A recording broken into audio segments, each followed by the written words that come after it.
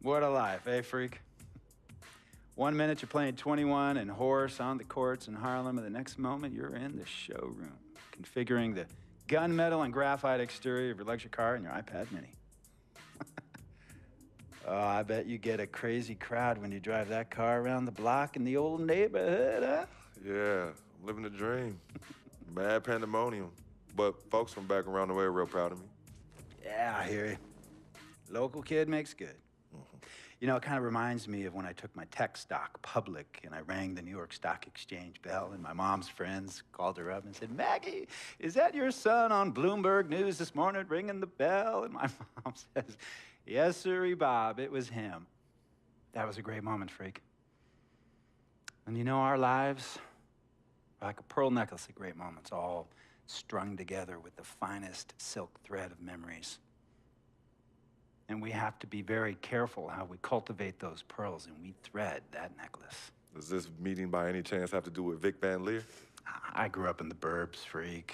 I wasn't poor, upper middle class, comfortable. My daddy worked as an accountant for one of the largest insurance firms in the country. Smart with his money. Mom didn't have to work. I went to boarding school. And my dad died of a heart attack when I was a freshman at MIT.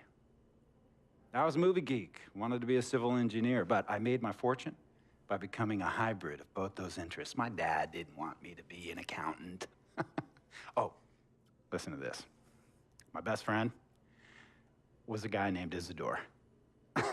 Yeah, we called him Izzy. He was one of the smartest human beings I have ever met in my life. I mean, Izzy was taking second-year college calculus courses as a high school sophomore, right? Straight-A student, full ride to MIT. Izzy had the world at his fingertips. But he was always looking for trouble, and trouble found him. He ran with the wrong crowd. And when we got to MIT, he got this great job working for a financial consulting firm in Boston. But every weekend, he would fly to Vegas. You see, Izzy had a system for counting cards in Vegas that had the big casinos on the Strip. Oh, stymied. He would come back to MIT with suitcases filled with $200,000 in cold cash. What? Yeah. So your man Izzy was getting hit off like that? Like a fat rat in a cheddar cheese factory, freak. Okay, so what happened to this dude Izzy, because he's dope? No, not dope. Dead. After he'd been missing for 3 weeks, the Nevada State Police never found hide nor hair of Isidore. And our friendship took a hit when he asked me to hang out with him in Vegas, and I said I wouldn't do it because I knew he was on a dark and twisted path in his life. And yes, he was my dude. But no way was I gonna throw my life away trying to show my loyalty to a guy who really and truly didn't understand what loyalty was all about. So this meeting is about Vic. Correctamente. Okay, well, sir, Vic isn't Izzy. And why's that, freak? Well, for one thing, you and your dead friend Izzy didn't grow up poor. Me and Vic grew up in a neighborhood where we had to look over our shoulder every 2 seconds to make sure nobody was going to walk up on us and rob us. True. Izzy and I did not grow up in the hood.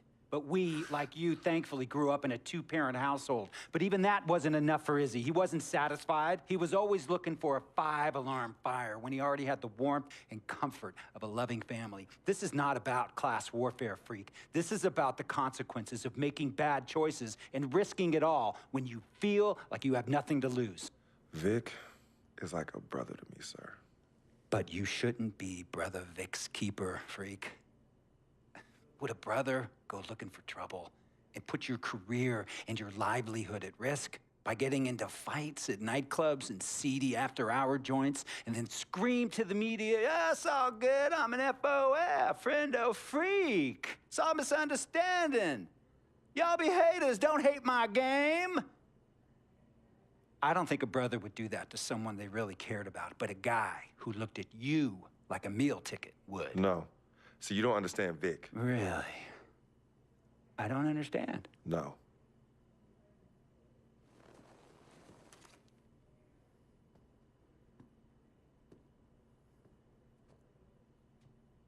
Look, man, it was a misunderstanding with the guy in the next VIP booth.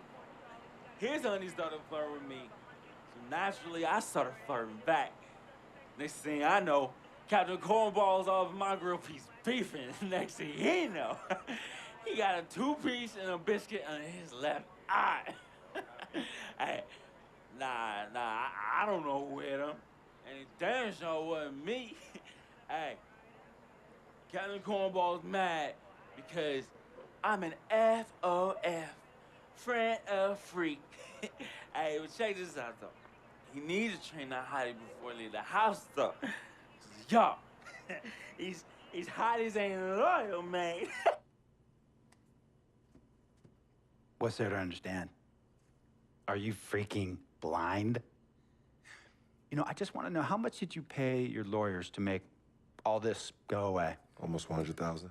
Excuse me, son, I'm sorry, I couldn't hear you. I said I paid almost $100,000. Exactly. And if you keep riding shotgun with Vic, you're gonna go broke. Quick, fast, and in a hurry. Look, Vic is my friend, and I grew up with him. How many times I gotta tell you, sir? Freak, this is not a request. I am not asking you to do this. I am telling you to do this. And the first order of business is that Mr. Vic Van Leer is banned from traveling with you on the road. Vic is banned from the locker room. And Vic is banned from this arena. And if I catch this guy, Vic, in or anywhere near the facilities, Mr. Vic Van Leer will be arrested for trespassing. Are you serious, sir? Brother, I'm as serious as cancer. We all know that can be deadly. You know, when me and Vic were kids, playing summer tournaments at the Dome, we always imagined making it to the pros, right? And after the crowds left, just a street light was on the court, like 11:30, 12 midnight, even 1 in the morning sometimes. We used to practice player introductions, running on the court, giving dab high-fiving the teammates. Vic, he would act as an announcer. You know, he would introduce me, announce my name on the loudspeaker, and the Jumbotron would flash my image like a little guy dressed in long shorts and a jersey. And now, fresh off his 3 games,